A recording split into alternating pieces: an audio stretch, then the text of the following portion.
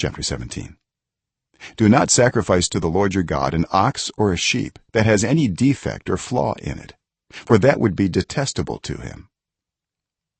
If a man or woman living among you in one of the towns the Lord gives you is found doing evil in the eyes of the Lord your God, in violation of his covenant, and contrary to my command has worshipped other gods, bowing down to them, or to the sun or the moon or the stars in the sky, and this has been brought to your attention, then you must investigate it thoroughly.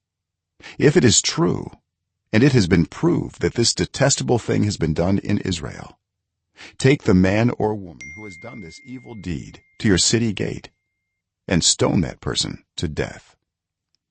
On the testimony of 2 or 3 witnesses a person is to be put to death, but no one is to be put to death on the testimony of only one witness. The hands of the witnesses must be the first in putting that person to death, and then the hands of all the people. You must purge the evil from among you.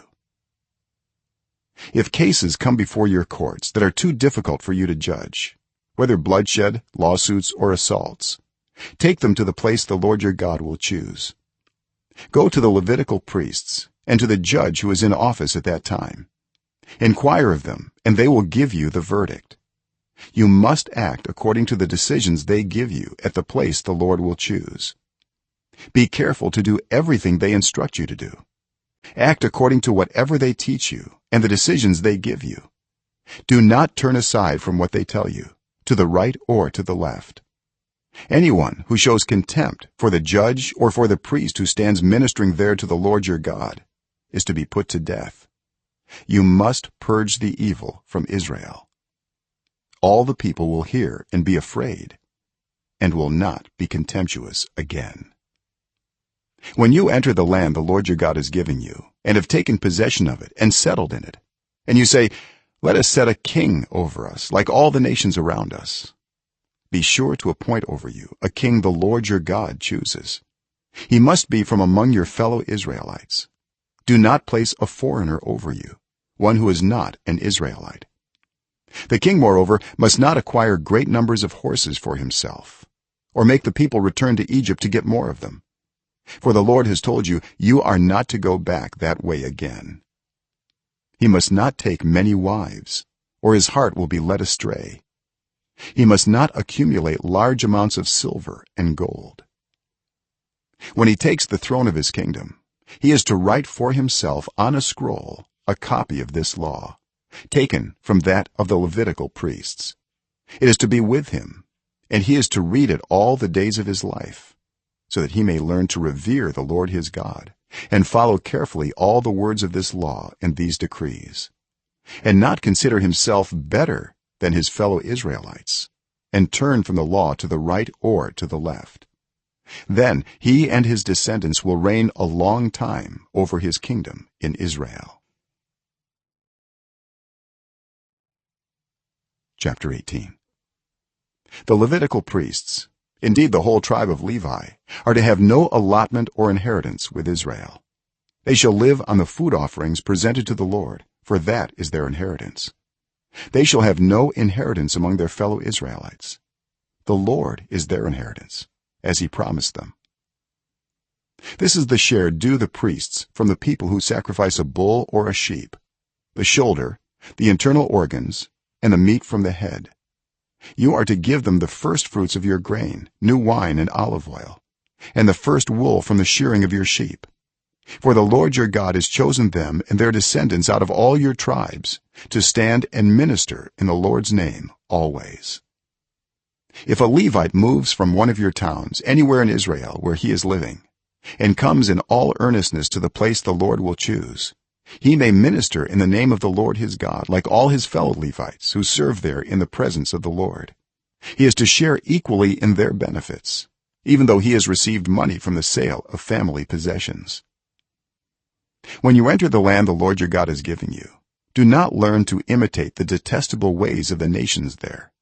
Let no one be found among you who sacrifices their son or daughter in the fire, who practices divination or sorcery, interprets omens, engages in witchcraft, or casts spells, or who is a medium or spiritist, or who consults the dead.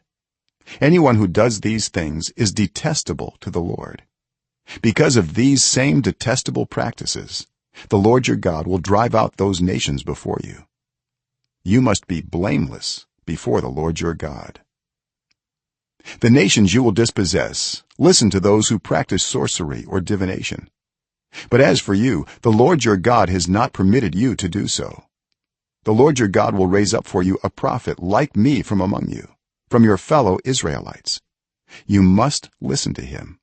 For this is what you asked of the Lord your God at Horeb on the day of the assembly, when you said, "Let us not hear the voice of the Lord our God, nor see this great fire any more, or we will die." The Lord said to me, "What they say is good. I will raise up for them a prophet like you from among their fellow Israelites, and I will put my words in his mouth. He will tell them everything I command him. I myself will call to account anyone who does not listen to my words that the prophet speaks in my name. But a prophet who presumes to speak in my name anything I have not commanded, or a prophet who speaks in the name of other gods, is to be put to death." You may say to yourselves, "How can we know when a message has not been spoken by the Lord?" If what a prophet proclaims in the name of the Lord does not take place or come true, that is a message the Lord has not spoken. That prophet has spoken presumptuously, so do not be alarmed. Chapter 19. When the Lord your God has destroyed the nations whose land he is giving you, and when you have driven them out and settled in their towns and houses, then set aside for yourselves 3 cities in the land the Lord your God is giving you to possess.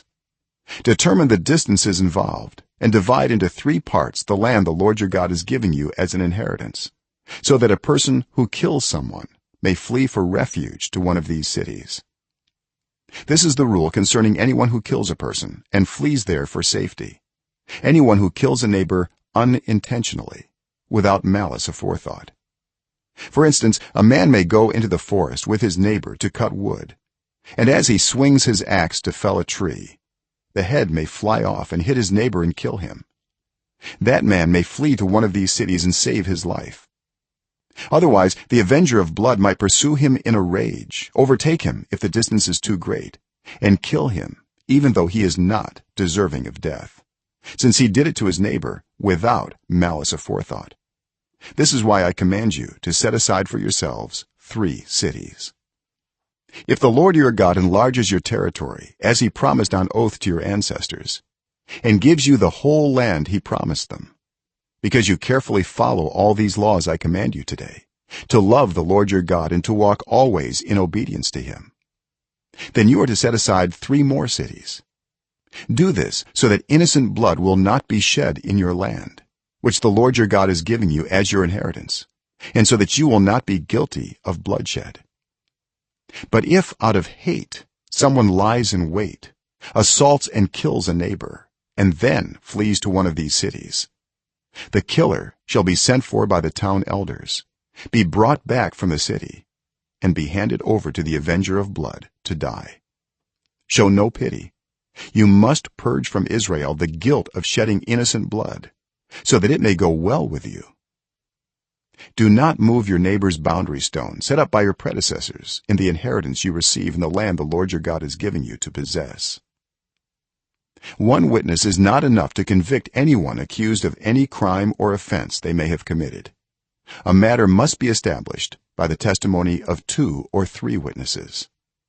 If a malicious witness takes the stand to accuse someone of a crime, the 2 people involved in the dispute must stand in the presence of the Lord before the priests and the judges who are in office at the time.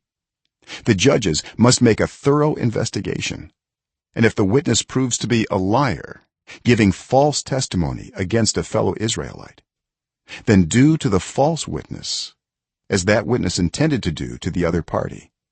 You must purge the evil from among you. The rest of the people will hear of this and be afraid, and never again will such an evil thing be done among you. Show no pity. Life for life, eye for eye, tooth for tooth, hand for hand, foot for foot.